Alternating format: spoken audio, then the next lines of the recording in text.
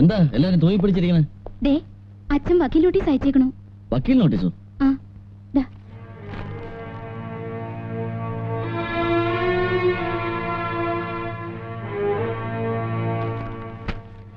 ഇതത്ര പ്രശ്നമുള്ള കേസൊന്നുമല്ല.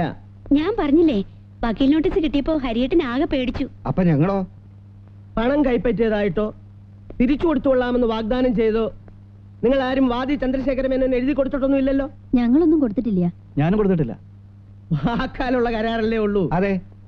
പിന്നെന്തിനാ പേടിക്കുന്നേ? അല്ല സാർ, ഈ തറവാട് എന്റെ പേരിൽ എഴുതി തന്നായിട്ടുള്ള രേഖയുണ്ടല്ലോ, അതുമല്ല കുഴപ്പം ചെയ്യൂ? എന്തു കുഴപ്പം?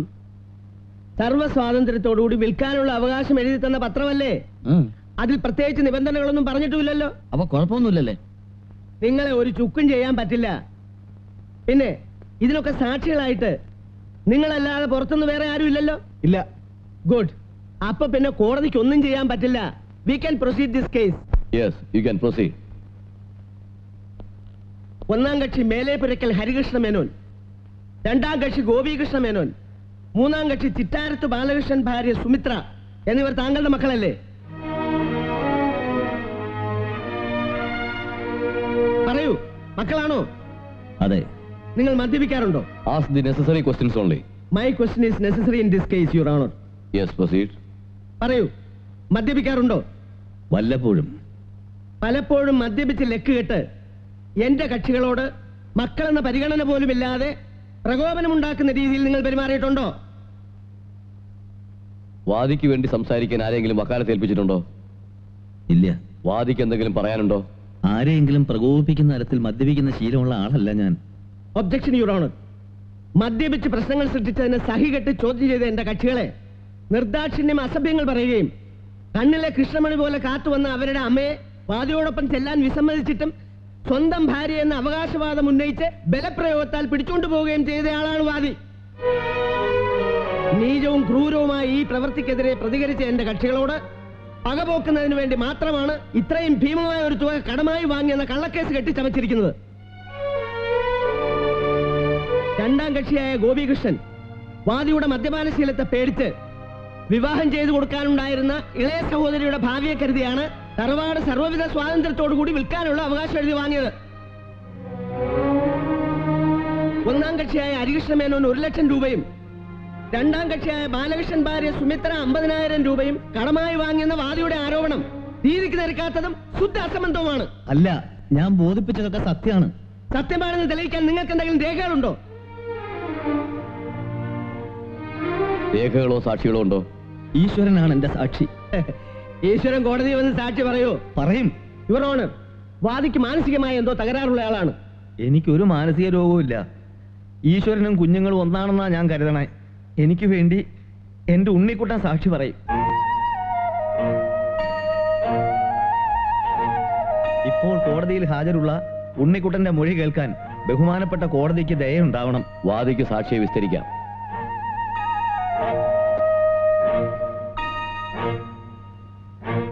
മോനെ, മുത്തച്ഛൻ കള്ളു കുടിച്ചിട്ട് വീട്ടിൽ ബഹളം ഉണ്ടാക്കാറുണ്ടോ? പറ മോനെ.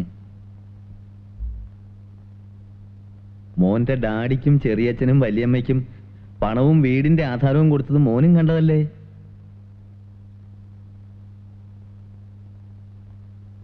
തിരിച്ചു തരാന്നും പറഞ്ഞല്ലേ മുത്തച്ഛൻ്റെ കയ്യിൽ നിന്ന് അവരതൊക്കെ വാങ്ങിയത്? മോനും കേട്ടതല്ലേ? പറയൂ മോനെ, മുത്തച്ഛൻ പറഞ്ഞതൊക്കെ സത്യമല്ലേ? പറ എന്റെ ഉണ്ണി. തിരിച്ചു കൊടുക്കാവെന്ന് പറഞ്ഞ് പണം വാങ്ങിയത് മോൻ കണ്ടതാണോ?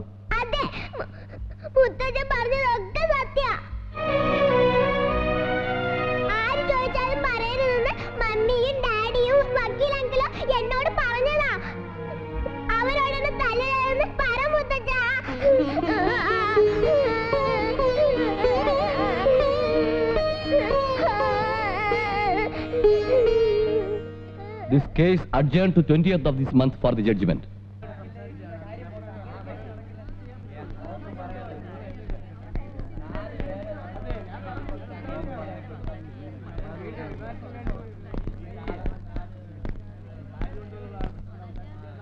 മുത്തച്ഛ,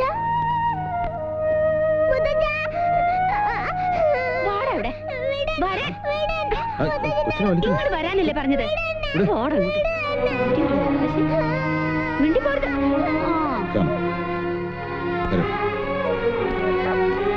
ഇങ്ങ് നടക്കടാ. വെറുതെ ഇതില് വാ. ഉണ്ണിക്കുട്ടന്റെ മൊഴി നമുക്കൊരു വലിയ അടിയായി പോയി. 10 വയസ്സിന് താഴെയല്ലേ ഉള്ളൂ. It's A strong evidence. ഒരു ജപ്തി വരെ പ്രതീക്ഷിക്കാം. ഓ, ഇത് പറയാനാണോ തന്നെ ഞങ്ങൾ വക്കാലത്തെ എന്നോട് ചൂടായിട്ടെന്താ കാര്യം? കുട്ടി സത്യം പറഞ്ഞാൽ എനിക്ക് എന്ത് ചെയ്യാൻ കഴിയും? ഇനിയിപ്പോ എന്താ സാർ ചെയ്യുക? നേരെ ചെന്ന് കാല് പിടിക്കുക. എന്തായാലും അച്ഛനല്ലേ. ഇനി ചെന്ന് അച്ഛന്റെ കാല് പിടിക്കാന്നൊക്കെ പറഞ്ഞ നിങ്ങൾക്ക് തോന്നുന്നുണ്ടോ അച്ഛൻ കോംപ്രമൈസിന് സമ്മതിക്കുമെന്ന്? അച്ഛനെ പറഞ്ഞ് സമ്മതിപ്പിക്കാൻ പറ്റിയ ഒരാളേ ഉള്ളൂ.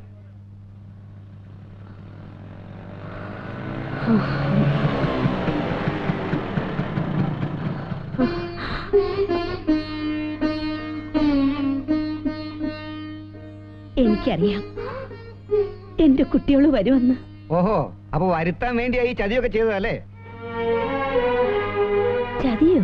ഞങ്ങളെ കോടതി കയറ്റി വിസ്തരിച്ചപ്പോ അച്ഛനും അമ്മയ്ക്ക് സന്തോഷമായല്ലോ അല്ലേ? ഇനി ഞങ്ങൾ തെരുവിലേക്കും കൂടി ഇറങ്ങിയ തൃപ്തിയാകും. എന്തൊക്കെയാ ഈ പറയണേ? എനിക്കൊന്നും മനസ്സിലാവണില്ല.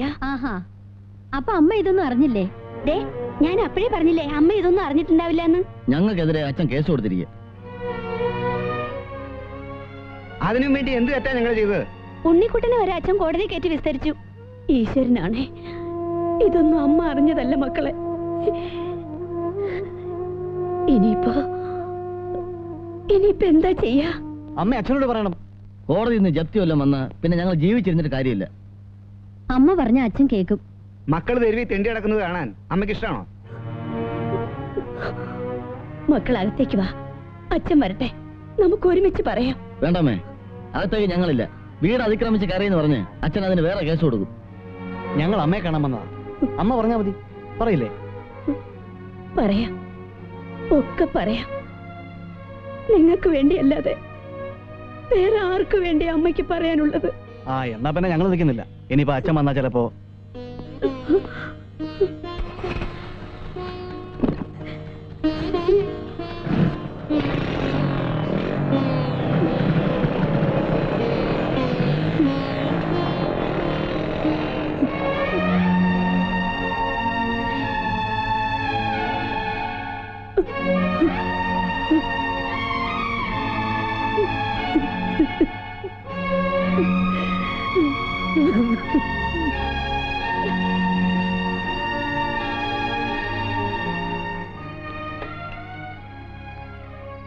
ചങ്ങനാശ്ശേരിന്നും കടുത്തുരുത്തിന്നും ഇല്ലിക്കെന്നും ഒക്കെ കുറെ കൊള്ളക്കാർ വന്നിട്ട് പോയിന്ന് കേട്ടു. എന്താ വിശേഷം? നമ്മുടെ മക്കളെ കോടതി കയറ്റിയല്ലേ? കയറ്റി വിസ്തരിക്കുകയും ചെയ്തു. നാളെ വിധിയാ.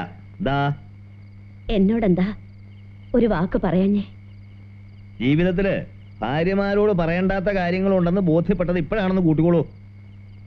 മക്കൾക്കെതിരെ അച്ഛൻ കേസ് കൊടുക്കാന്ന് പറയണത് ലോകത്ത് ആദ്യമായിട്ടുണ്ടായ മഹാസംഭവം അല്ലല്ലോ. അച്ഛനമ്മമാരോടുള്ള കടമ സ്നേഹത്തോടെ ചെയ്യണവരാ മക്കള്. അത് മറക്കണൊരു മക്കളല്ല. കടമകൾ ചെയ്യോ ചെയ്യാതിരിക്കോ, മക്കള് നന്നായിരിക്കണമെന്ന് ആഗ്രഹിക്കുന്നവളെ അമ്മയാകൂ. അവര് നമ്മളെ ചവിട്ടി പുറത്താക്കിയതിന്റെ വേദന മറന്നോ പാറൂട്ടി? വയറ്റി കിടക്കുമ്പോ അവർ ചവിട്ടിയ വേദന ഒരുപാട് അനുഭവിച്ചതാ. ഇപ്പൊ ഇതൊന്നും വേദനയായിട്ട് എനിക്ക് തോന്നണില്ല. വേണ്ട മേന്നെ, കുട്ടികളെ വേദനിപ്പിച്ചിട്ട് നമുക്കൊന്നും നേടണ്ട. എന്താ ഒന്നും മിണ്ടാത്തെ? അവർക്ക് മാപ്പ് കൊടുക്കില്ലെന്നാണോ? അവരോട് പൊറുക്കില്ലെന്നാണോ? അവരോട് പുറത്തൊന്നും പറയാതെ എന്നോട് ഇനി മിണ്ടണ്ട.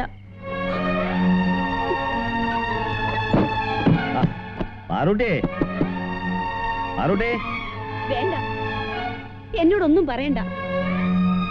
എന്റെ കുട്ടികളോട് പൊറുക്കാതെ എന്നെ ഇനി കാണണ്ട. എന്നോടൊന്നും പറയും വേണ്ട.